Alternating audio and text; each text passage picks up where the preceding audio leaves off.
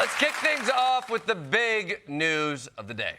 At long last, I can announce a ceasefire and a hostage deal has been reached between Israel and Hamas.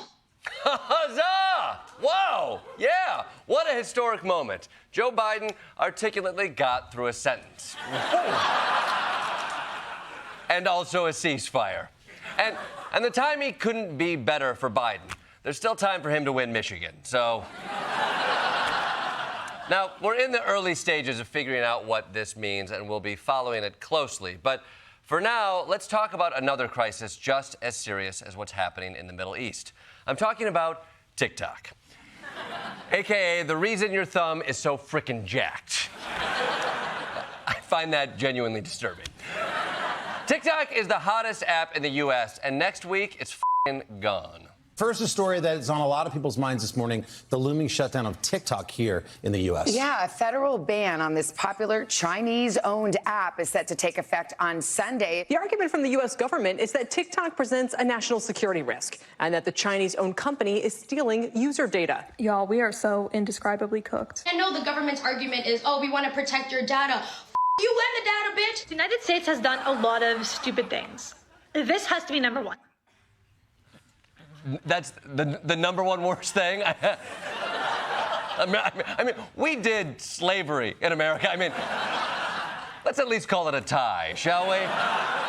TikTok users are upset about this, but there's not much they can do. Congress passed a bill, the president signed it, and the Supreme Court seems ready to rule that the ban is constitutional, which I don't think we can be surprised by, because this is not exactly TikTok's core demographic. I mean, they're more of a Walgreens app type of crowd. They're old and sickly, is what I'm saying. I mean, the last time the Supreme Court heard the sound tick-tock was when death was following RBG around. Although, there's still a chance that TikTok can be saved before the Costco guys are euthanized on Sunday. So TikTok would be allowed to keep operating if it's sold to an American owner, and there's no shortage of interest. New names are surfacing as potential buyers for the platform, including Elon Musk. Mr. Beast has joined the bid to buy TikTok. Former Treasury Secretary Steve Mnuchin previously launched an effort to buy it, and Shark Tank star Kevin O'Leary says he and other investors are also making a play. Yes! There's still a chance TikTok could be sold to one of America's many rich weirdos. Apparently, Lex Luthor wasn't available. So this is the best America has to offer. I mean, I actually heard myself say, man, I hope that TikTok goes to someone sane, like Mr. Beast. I mean, can't there be one cool potential buyer? Shaquille O'Neal, I'm talking to you. Stop buying so many Papa John's franchises and get real about your investment future. The trad wives and the big-headed bitches with the trench coats buttoned up to the top need you. But if no American buyer emerges, there's still one more wild card. The wild card. Donald Trump. Now, he tried to ban TikTok during his first term, but he's now trying to save the app, and you'll never guess why he had a change of heart. I have a warm spot in my heart for TikTok because I won youth by 34 points. And there are those that say that TikTok had something to do with that. I was on TikTok for the election, and I won the young people by 36 points. I'm not opposed to TikTok. That's right.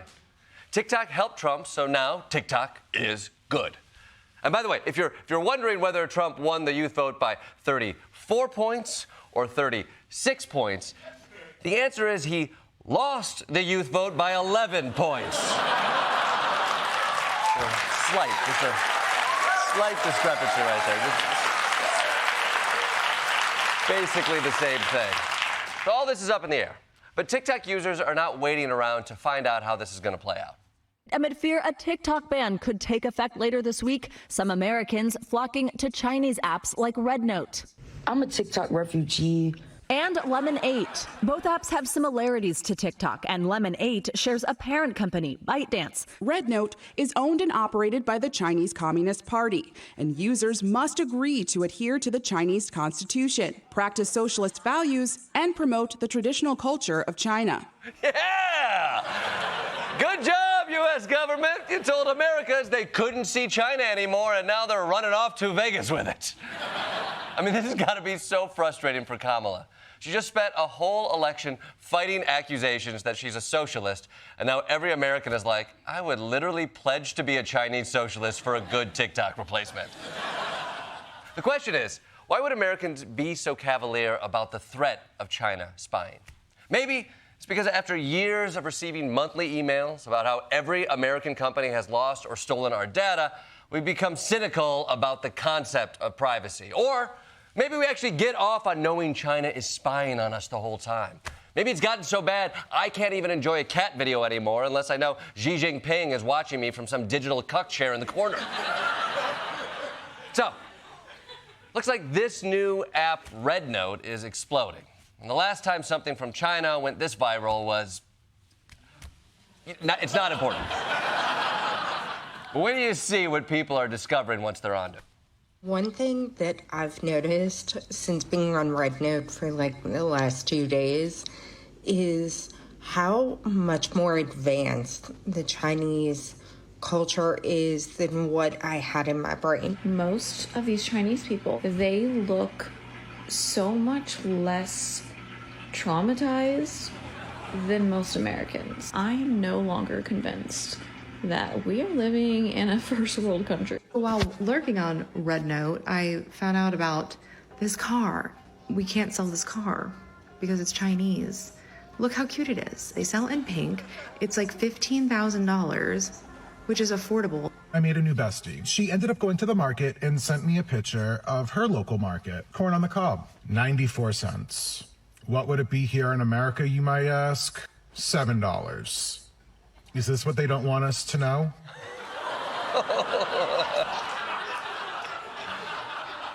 That's not a good sign for America. I was made to think a communist dictator was bad, but check out these corn prices. Daddy likey. Come on, America, fight back. If Chinese people show you their cheap corn, you show them our robust free press. Okay. Or you show them our fair and impartial justice. Not that, okay? Dave and Buster's. Show them our Dave and Buster's. Hell yeah, in your commie faces. For more on all the TikTok alternatives, let's go live to Beijing with Michael Kosta. Michael.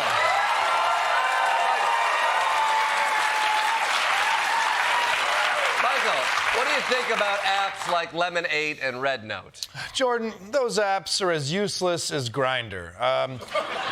None of the dudes I met on Grindr even knew how to grind pesto at all. Great sex, though. Luckily, I found a new TikTok alternative. It's called PsyOp, and it's the best app yet. Wait, the app is called PsyOp, as in psychological operation? What? No, why do people keep asking that? It's just a great app that my camp counselors here have assured me is all for fun. Wait, what is that about a camp?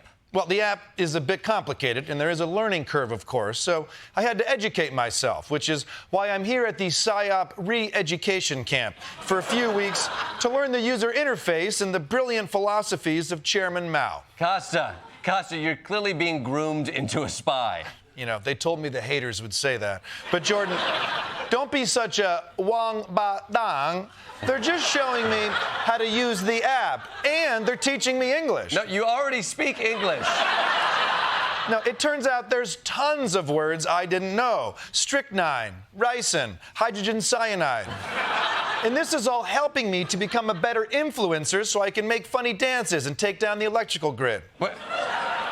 Take down the electrical grid. I didn't say take down the electrical grid. The point is, forget TikTok. Everybody needs to get on PsyOp now. I mean, it has the best features. It's easy to upload, and you can record anytime because the mic never shuts off.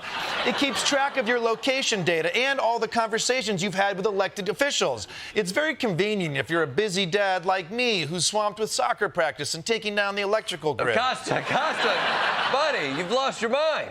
On the contrary, corrupt capitalist swine, I haven't lost my mind. I've gained tons of followers.